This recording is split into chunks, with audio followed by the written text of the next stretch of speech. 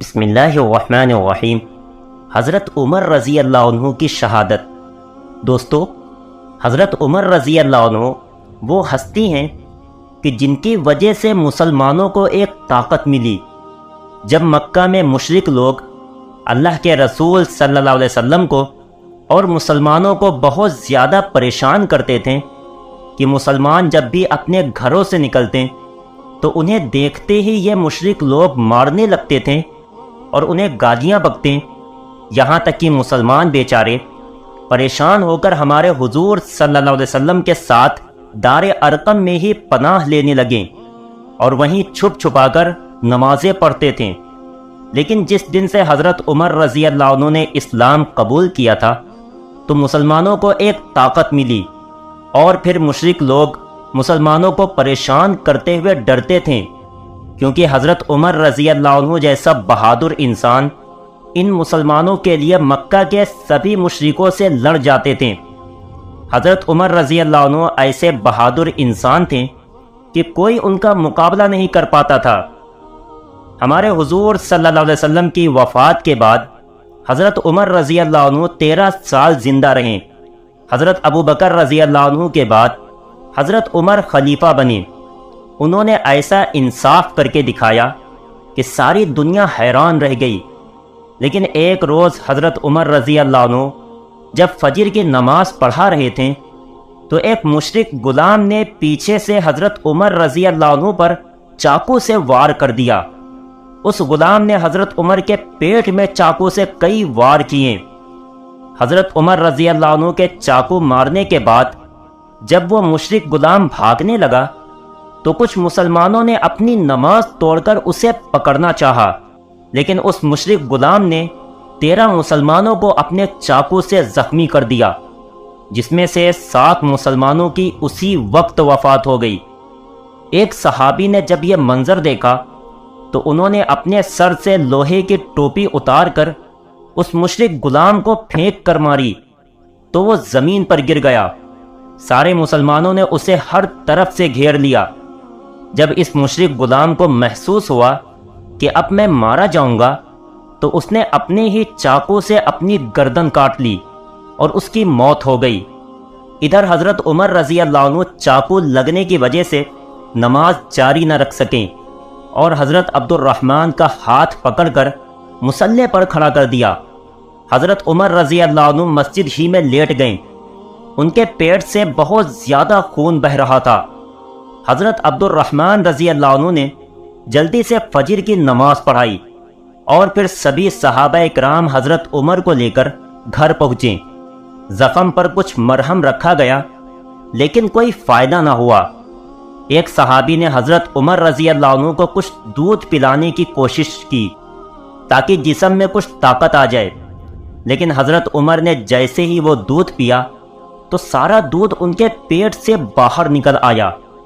حضرت عمر رضی اللہ عنہ نے ایک صحابی کو بلا کر پوچھا کہ مجھے کس نے قتل کرنے کی کوشش کی؟ تو ان صحابی نے جواب دیا کہ اے ہمارے بادشاہ امیر المومنین، ایک مشرک غلام نے آپ پر حملہ کیا ہے۔ یہ سن کر حضرت عمر رضی اللہ عنہ نے اللہ کا شکر ادا کیا اور فرمایا کہ اللہ کا احسان ہے کہ اس نے مجھے کسی مسلمان کے ہاتھوں قتل نہ ہونے دیا۔ حضرت عمر رضی اللہ عنہ نے محسوس کیا کہ اب میری موت کا وقت قریب آ چکا ہے، تو انہوں نے اپنے بیٹے عبداللہ کو بلایا اور کہا کہ اے عبداللہ، جاؤ اور حضور صلی اللہ علیہ وسلم کی بیوی حضرت عائشہ کے سامنے میری فریاد رکھو کہ اماں جان، عمر کہتا ہے آج مجھے ان کے سامنے بادشاہ و خلیفہ نہ کہنا، کیونکہ اب میں مسلمانوں کا خلیفہ نہیں ہوں۔ بیٹا، اماں عائشہ سے کہنا کہ عمر اپنے دونوں ساتھیوں حضور صلی اللہ علیہ وسلم اور ابو بکر صدیق کے پاس ہی اپنی قبر بنوانا چاہتا ہے، کیا آپ کی اجازت ہے؟ بیٹا، اگر اماں عائشہ اجازت دے دیں تو ٹھیک ہے، ورنہ مجھے مسلمانوں کے قبرستان جنت البقیع میں ہی دفن کر دینا۔ حضرت عبداللہ اپنے باپ حضرت عمر رضی اللہ عنہ کا پیغام لے کر روتے ہوئے حضرت عائشہ رضی اللہ عنہا کے گھر کی طرف چلے۔ دروازے پر جا کر دستک دی تو حضرت عائشہ رضی اللہ عنہ گھر کے اندر بیٹھی رو رہی تھیں۔ آواز سن کر پوچھا کہ کون ہے؟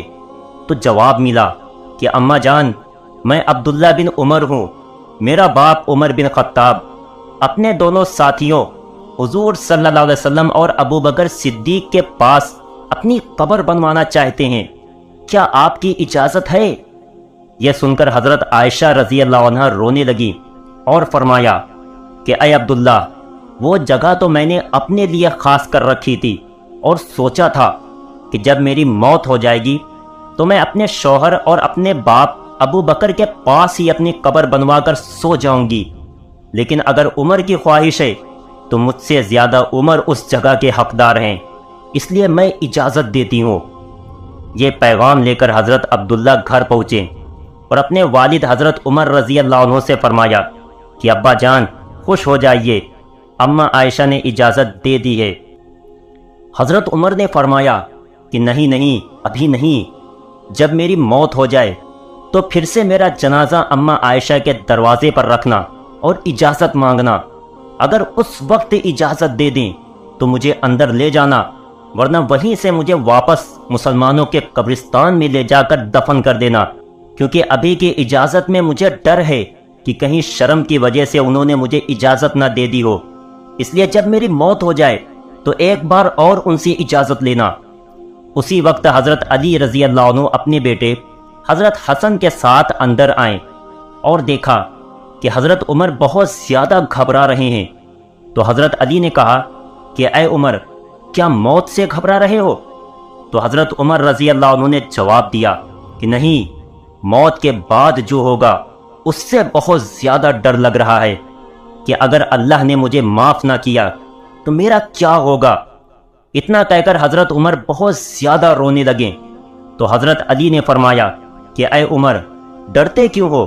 میرے کانوں نے کئی بار حضور صلی اللہ علیہ وسلم کو فرماتے ہوئے سنا ہے کہ جنت میں بڑی عمر کے لوگوں کے سردار ابو بکر اور عمر ہوں گے۔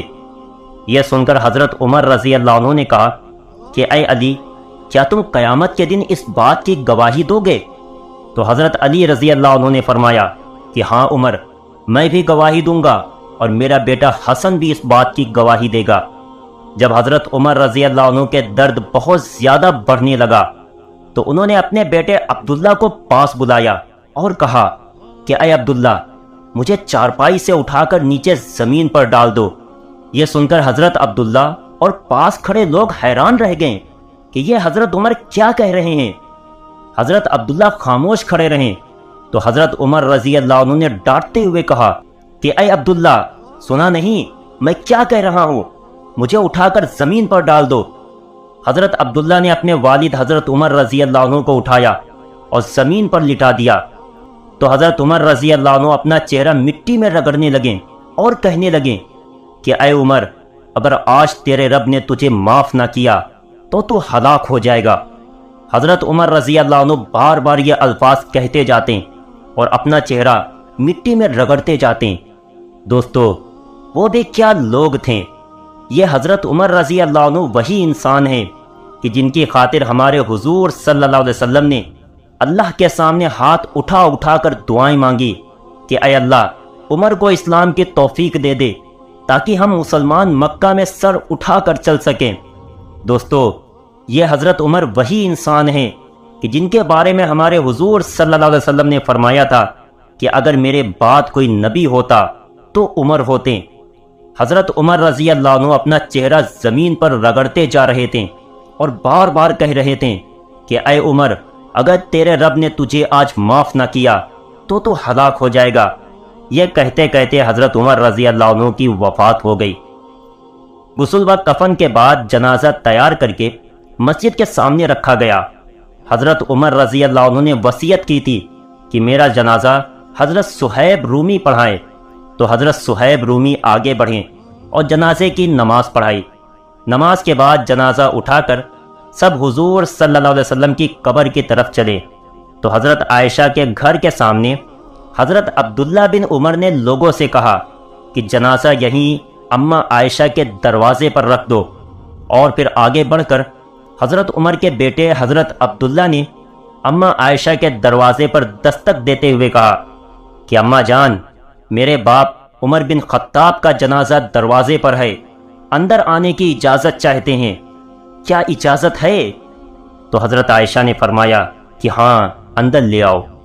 صحابہ اکرام جنازہ لے کر گھر کے اندر پہنچے اور پھر حضور صلی اللہ علیہ وسلم کی قبر کے بائیں طرف حضرت عمر رضی اللہ عنہ کی قبر کھودی گئی اور حضرت عمر کو قبر میں رکھ کر مٹی ڈال دی گئی۔ حضرت عبداللہ ابن عباس رضی اللہ عنہ فرماتے ہیں کہ جب قبر کھودی جا رہی تھی تو میں پاس ہی کھڑا تھا کہ تبھی اچانک کسی نے پیچھے سے میرے کندھوں پر ہاتھ رکھا، تو میں نے پیچھے مڑ کر دیکھا تو حضرت علی کھڑے رو رہے تھے اور کہہ رہے تھے کہ اے عمر، مجھے پتا تھا کہ اس جگہ پر آپ کے علاوہ کسی کی قبر نہیں بن سکتی تھی، کیونکہ میں نے اپنے نبی حضور صلی اللہ علیہ وسلم کو کئی بار فرماتے ہوئے سنا کہ اے لوگو، قیامت کے دن میری دائیں طرف سے ابو بکر اٹھیں گے اور بائیں طرف سے عمر اٹھے گا، اور میں ان دونوں کے کندھے پر ہاتھ رکھ کر میدان محشر میں آؤں گا۔ دوستو، اگر واقعہ پسند آیا ہو تو لائک کرنا اور چینل کو سبسکرائب کرنا نہ بھولیں، اور جاتے جاتے ایک پیارا سا کمنٹ ضرور کر دینا۔ السلام علیکم۔